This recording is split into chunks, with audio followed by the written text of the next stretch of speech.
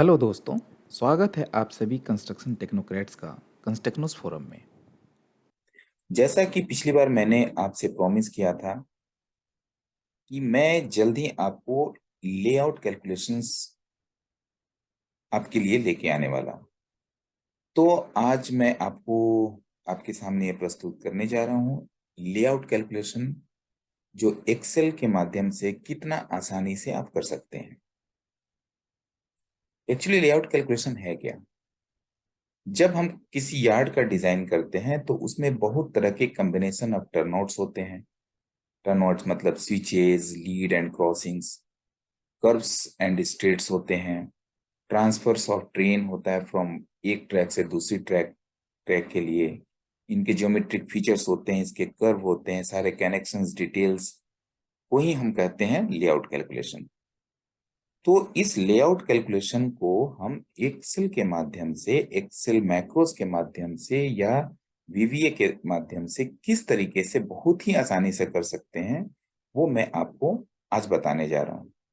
Visual basic का help लेकर के मैंने एक एक्सेल पे इसके लिए एक ऐप बना रखा है, जो मैं आपको दिखा रहा हूँ। इसका लिंक भी मैं डाल रहा हूँ नीचे डिस्क्रिप्शन में, आप उसे डाउनलोड कर सकते हैं एक्सेल फाइल को directly, and you can use it. तो आइए सबसे पहले देखते हैं इस ऐप में क्या क्या है। पहला शीट है, यहाँ पर इंडेक्स है। इस इंडेक्स में मैंने ये समराइज कर रखा है कि इस पूरे सॉफ्टवेयर में कौन कौन सी चीजें अवेलेबल है और वो कहाँ पे अवेलेबल है। आप यहाँ से सिलेक्ट कर सकते हैं। दो तरह के कनेक्शंस होते हैं, एक टर्नआउट हो गया, दूसरा क्रॉस ओवर। टर्नआउट मीन्स आप किसी मेन लाइन से निकल के फिर किसी दूसरे ट्रैक पर निकल के जा रहे हैं, that is turnout. Cross over जब दो ट्रैक साइड बाय साइड हो और आप दोनों को कनेक्ट करना चाहते हैं, तो दैट इज क्रॉस ओवर। अब उसमें दो कंडीशन है। Condition one, it can B state non parallel, state non parallel, state parallel parallel, इस तरह के कंडीशन वन है। एंड कंडीशन टू आप यहाँ देख लीजिए। इन दोनों कंडीशन को सेटिस्फाई करते हुए आप जब यहाँ क्लिक करेंगे तो डायरेक्टली आप उस शीट पे चले जाएंगे। यहाँ पर लिंक है। अब आप एक चीज देखेंगे कि इसमें कई तरह के कनेक्शंस के लिए एक ही सीट है जिसमें सारे काम आप कर सकते हैं, क्योंकि मैंने इस ढंग से उसको कंपाइल कर रखा है। एक सीट से आप कई डिफरेंट टाइप के कनेक्शंस को डिजाइन कर सकते हैं। ठीक उसी तरह से क्रॉस ओवर वन है। क्रॉस ओवर वन में इतने सारे टाइप के कनेक्शंस आप कर सकते हैं। Cross over two is particular this type. Symmetrical split के लिए 5.4 है, और ये सारी चीजें हैं यहाँ पर दी हुई हैं कर्व कैलकुलेशन के लिए। जो कर्वेचर में कर्व्ड पैरेलल या नॉन पैरेलल ट्रैक है, विथ और विदाउट स्ट्रेट, इसके लिए ये डिफरेंट टाइप के हैं। कुछ ब्लैंक है यहाँ पे, देखिएगा ये 8.3 एंड 8.5 को अभी तक मैंने टच नहीं किया है, क्योंकि ये बहुत ही कम इस्तेमाल होता है। तो अभी तक मैंने इस पे काम नहीं किया है। मैं अगले रिवीजन में इसे भी इंक्लूड करके आपके दूंगा। ठीक है, तो आइए अब चलते हैं पहले टर्नओवर पे। टर्नआउट पे क्लिक करते हैं, आप टर्नआउट सीट पे आ जाएंगे। यहाँ हर चीज बड़ा ही क्लियरली सेल्फ एक्सप्लेनेटरी है। सबसे पहले आपको यहाँ से क्रॉसिंग सेलेक्ट करना है कि कौन सा क्रॉसिंग आपको चाहिए। क्रॉसिंग इसको क्लिक करेंगे तो it will converted in 8.5। Again click करेंगे, it will 1.1 in 12। It is changeable. ठीक है, आप जैसे चेंज करेंगे, यहाँ प्रीव्यू देखेंगे। प्रीव्यू में ये सारी चीजें, मैं थोड़ा इसको छोटा करता हूँ। आप इसको क्लिक करेंगे, प्रीव्यू उस ढंग से आपको चेंज होगा। एंगल भी चेंज हो रहा है, everything is changing as per this condition. दूसरा है track condition. It can be parallel और it can be divergent. Divergent भी हो सकता है और फिर it can be parallel. Suppose आपका पैरेलल है, तो जो भी आपने 1/12 सेलेक्ट किया है, तो 1/12 के लिए जो टर्नआउट पैरामीटर्स हैं वो already it is selected automatically from the internal data sheet.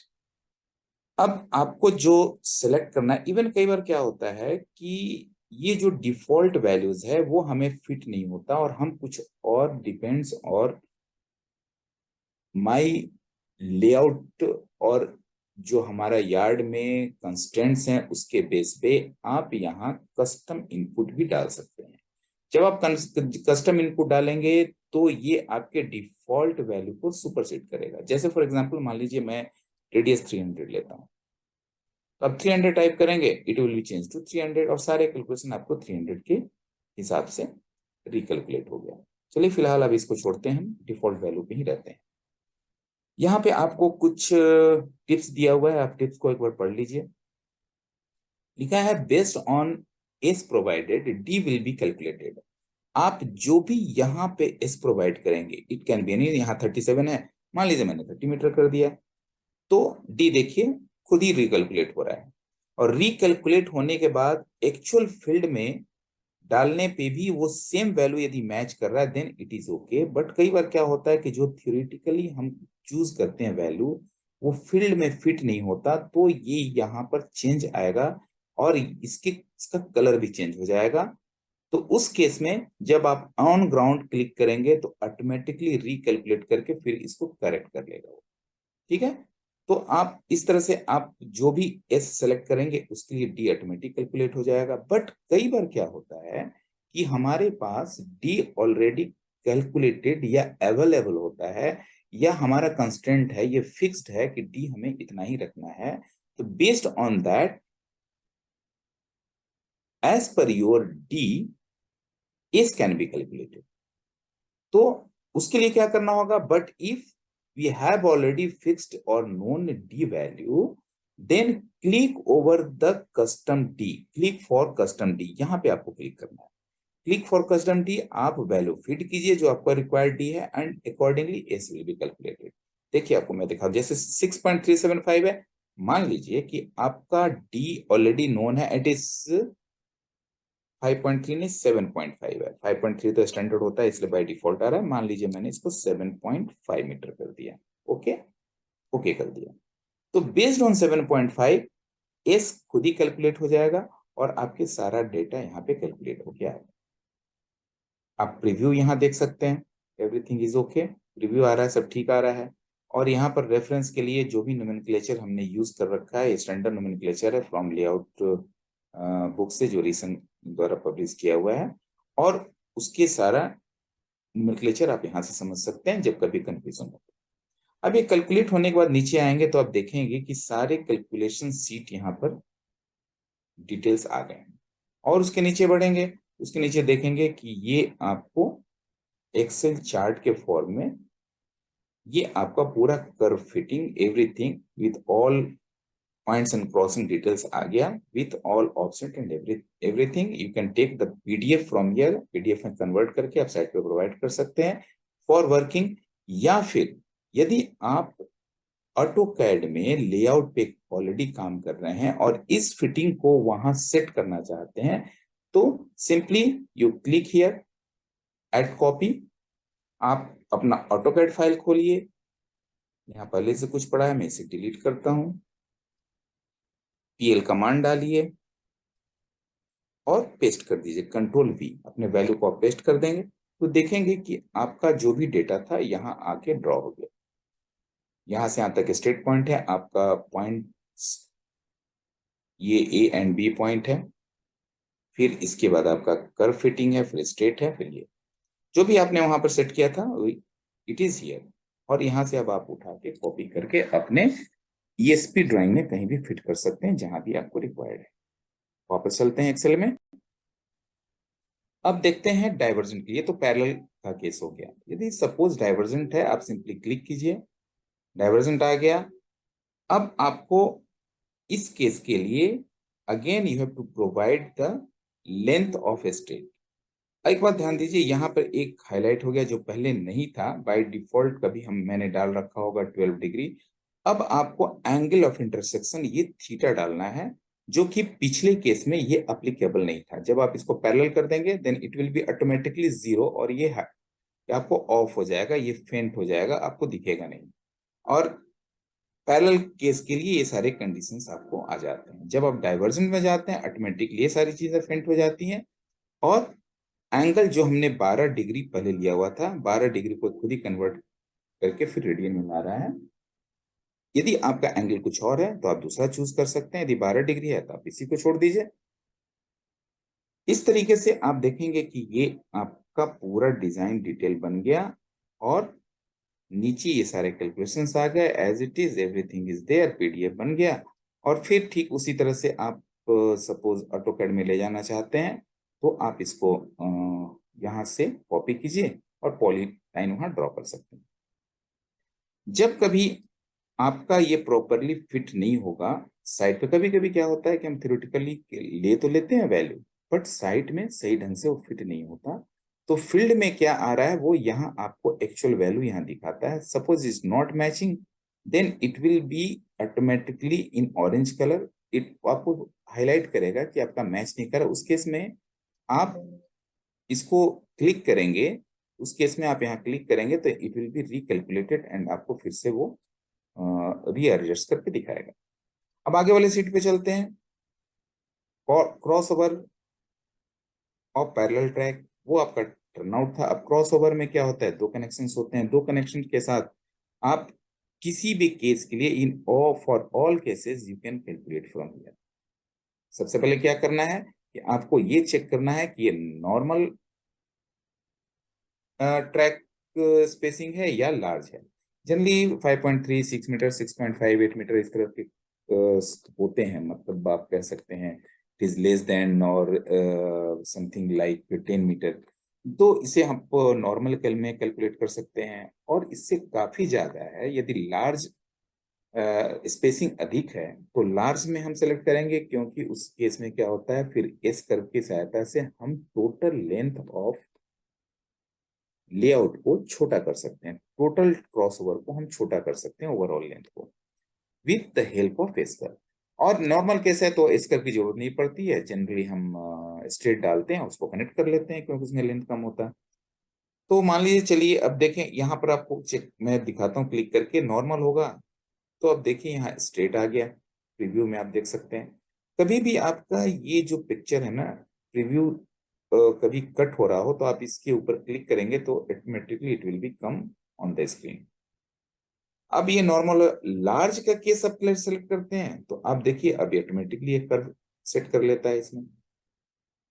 Crossing 1/12 8.5 भी है। सेकेंड क्रॉसिंग इज 1/12 या 8.5, जो आप सिलेक्ट करेंगे उस तरह से सिलेक्ट हो जाएगा। नन करेंगे इसका मतलब आपका एक ही तरफ क्रॉसिंग है, दूसरी तरफ नहीं है, ये टर्नआउट का केस हो गया। तो आप यहां से इवन जरूरत पड़ने से टर्नआउट का भी डिजाइन कर लेंगे जो कि पिछले सीट के सिमिलर होगा। चलिए मैं क्रॉसिंग 1/12 वो दोनों साइड ले लेता हूं।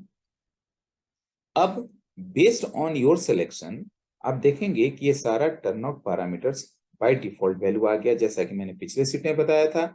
आप कस्टम वैल्यूज भी यहाँ डाल सकते हैं, डिपेंड्स ऑन योर रिक्वायरमेंट। यदि आपकी जरूरत है कि आप स्टैंडर्ड पैरामीटर को न लेकर के कुछ अलग हट करके है तो आप डाल सकते हैं, there is the freedom. But हम सब कुछ डिफॉल्ट और हम अभी स्टैंडर्ड मान के चलेंगे। अब आपके पास चॉइस है कि आप ट्रैक सेंटर चूज कर लो। पहले तो ट्रैक सेंटर कितना है, इट इज 25 और 22, चलिए 25 में मान के चलता हूं। और यदि आप चाहें तो तीन जगह स्ट्रेट, तीन लोकेशन पे आपको स्ट्रेट इंसर्ट करने के आपके पास ऑप्शंस हैं, S1, S and S2।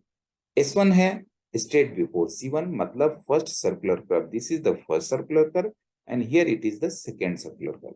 First circular curve से पहले आप चाहें तो स्ट्रेट ऐड कर सकते हैं।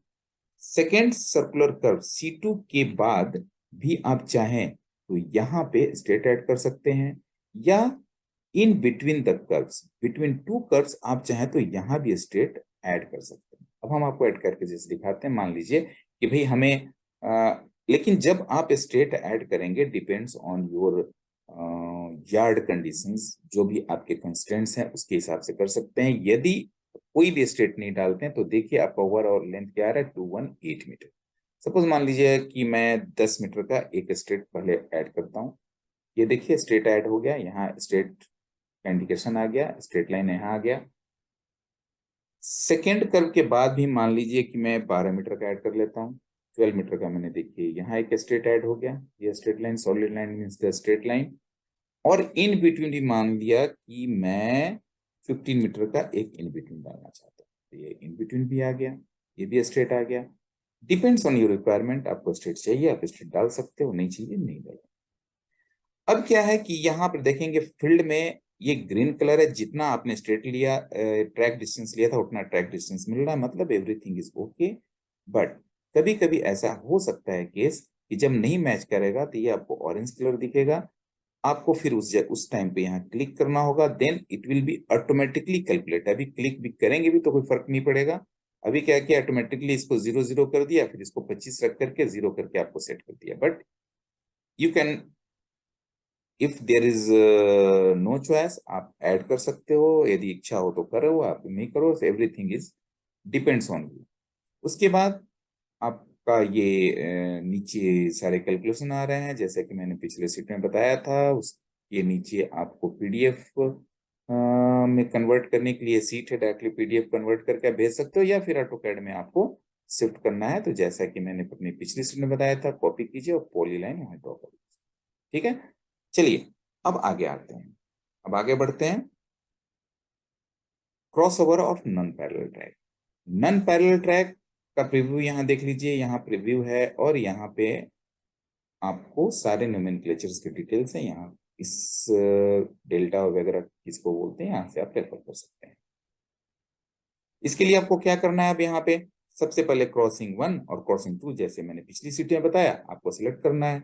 मान लीजिए क्रॉसिंग 1 एंड 2 दोनों ही 1 in 12 सिलेक्ट कर लिया।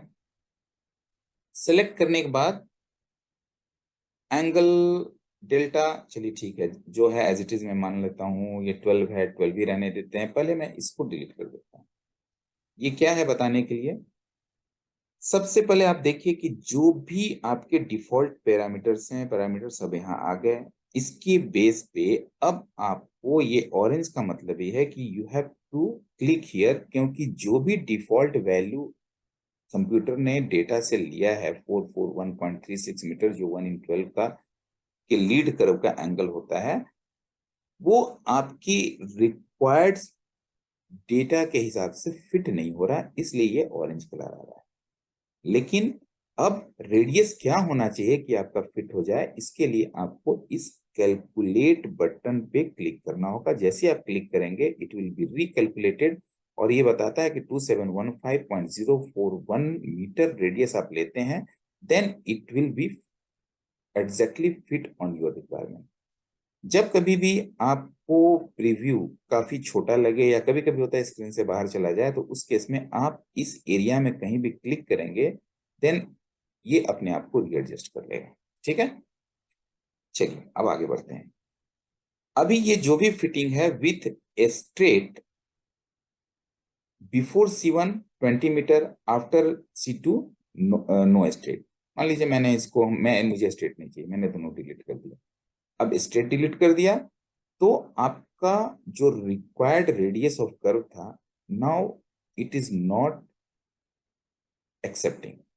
तो दो तरीका है, या तो आप यहां क्लिक करके उसके हिसाब से जो रिक्वायर्ड स्टेट स्टेट है उसको आप सिलेक्ट कर लें, इसको क्लिक करेंगे तो खुद ही आपके लिए एक स्टेट कैलकुलेट करेगा, जो हमने डिलीट कर दिया वापस फिर से 20 मीटर आ गया। लेकिन आपको स्टेट नहीं रखना है और you want to adjust the radius, तो आप फिर यहां पर क्लिक कीजिए। यहाँ क्लिक करेंगे तो रेडियस को एडजस्ट करेगा, स्ट्रेट विदाउट स्ट्रेट आपका ये डिजाइन हो गया। इवन आप इसके बाद स्ट्रेट रखना चाहते हैं, मान लीजिए 25 मीटर का, तो रखिए, then you have to recalculate the radius again. ठीक है, आइदर रेडियस और स्ट्रेट ये रिक्वायर्ड है, आप इसको एडजस्ट कीजिए, ये फिक्स है तो आप इसको एडजस्ट कीजिए, आप दोनों में से किसी को एडजस्ट कर सकते हैं। और उस तरह से आपका ये डेटा कैलकुलेट हो गया, जैसा कि मैंने पिछले सीट में, दोनों सीट में बताया था। नीचे पीडीएफ है, और फिर आप चाहें तो इसे ऑटोकैड में शिफ्ट करना है तो यहाँ से कॉपी करके आप चले जाएं, वहां पर पॉलीलाइन ड्रॉ कर लें। अब 5.4 में आते हैं। 5.4 केस है आपका सिमेट्रिकल स्प्लिट का। जब कभी ऐसा होता है कि एक तरफ सैंड हम्प है और दूसरे तरफ हमारा कनेक्शन है, तब हम सिमेट्रिकल स्प्लिट यूज करते हैं। जनरली हम 8.5 का यूज करते हैं सिमेट्रिकल स्प्लिट, आप यहाँ 12 का यूज कीजिए, बट जनरली हम 8.5 का यूज करते हैं। तो पहले तो आप क्रॉसिंग नंबर 1 यहाँ से सिलेक्ट कर लें, चलिए 1 in 12 ले लेते हैं। और यहाँ पे आप ध्यान देंगे कि यहाँ पे लिखा है क्रॉसिंग 2 के साथ SS, मतलब सिमेट्रिकल स्प्लिट। आप इसमें से जो भी लेंगे वो सिमेट्रिकल स्प्लिट के लिए रेडियस और एफ क्रॉसिंग एंगल को सिलेक्ट कैलकुलेट करेगा, वो उसी एंगल को लेगा।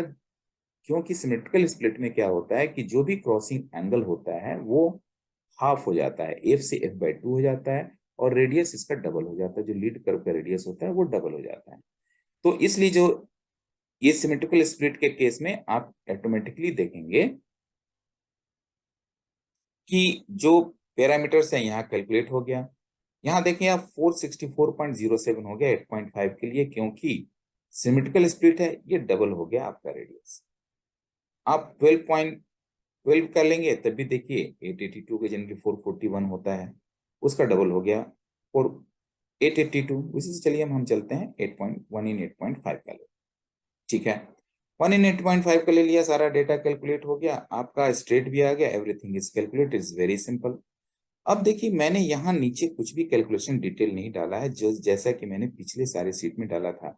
वो इसलिए नहीं डाला कि ये मैंने आपको रेडी रेफरेंस के लिए दे तो दिया, बट ये सेम डेटा आप पिछले इस क्रॉस सर्वर नन पैरेलल से भी कैलकुलेट कर सकते हैं, and you can utilize this data for the AutoCAD या और फॉर प्रिंट आउट। वो कैसे, वह मैं बताता हूँ। बड़ा ही सिंपल है। आपको ट्रैक सेंटर 8 मीटर रखना है, ठीक है, वहां भी हम 8 मीटर रखेंगे। चलिए पीछे वाले सीट पे आते हैं। सबसे पहले तो डेल्टा को हम 0 कर देंगे, क्यों? क्योंकि हमारा नन पैरेलल नहीं पैरेलल ट्रैक है, देन डेल्टा विल बी 0। चलिए ठीक है। ट्रैक सेंटर वहां 8 मीटर लिया था, यहां भी 8 मीटर कर दिया, ठीक है। ये रेडियस मैंने यहां से डिलीट कर दिया, ठीक है। अब रेडियस को हमें भरना होगा। रेडियस के लिए एक तरीका, आप यहाँ एस लिखेंगे तो ऑटोमेटिक, सॉरी, ये 1 इन 12 नहीं 8.5 का लेना है। तो जब आप एस लिखते हैं तो एस के हिसाब से, मतलब सिमेट्रिकल स्प्लिट के केस में रेडियस आपका आता है 464.52, या एक्चुअली आता है 464.52 भी नहीं है, ये 464.07 हम लेते हैं। तो हम यहाँ टाइप कर देंगे 464.07, क्योंकि ये हमारा कस्टम इनपुट है। सिमेट्रिकल स्प्लिट के लिए स्पेशल केस जो होता है वो यहाँ फिट नहीं है। एक्चुअली ये जो 5.4 है, it is formulated for specially for symmetrical split, but ये जो सीट है ये जनरल केस के लिए है, इसलिए आपको कस्टम डेटा में आपको अपना रेडियस डालना पड़ेगा, ठीक है। रेडियस डालने के बाद आपको F2 एंगल भी चेंज करना होगा, क्योंकि F2 is the symmetrical split. F1 तो ठीक है, F1 is the general angle, क्योंकि हम यहाँ सिमेट्रिकल स्प्लिट नहीं, हम जनरल केस कंसिडर कर रहे हैं। तो आपको यहाँ कुछ नहीं करना है, सिंपली F2 में SS कर दीजिए, मतलब SS फॉर सिमेट्रिकल स्प्लिट, तो एंगल विल बी रिकैलकुलेटेड ऑटोमेटिकली। अब आप क्या कीजिए, इसे भी डिलीट कर दीजिए और इसको रिकैलकुलेट कर लीजिए। तो जो भी स्टेट आपको जरूरत होगी वो कैलकुलेट होकर के आ जाएगा based on angle with symmetrical split and radius with symmetrical split. ये आपका स्ट्रेट देखिए खुद ब खुद कैलकुलेट हो गया 44.253। आप देखिए उस केस में कितना था rate, 44.254, very close. Overall length आप देखिए 132.561, इस केस में देखिए 132.563। सेम x इक्वल टू 103.549, इस केस में 103.547।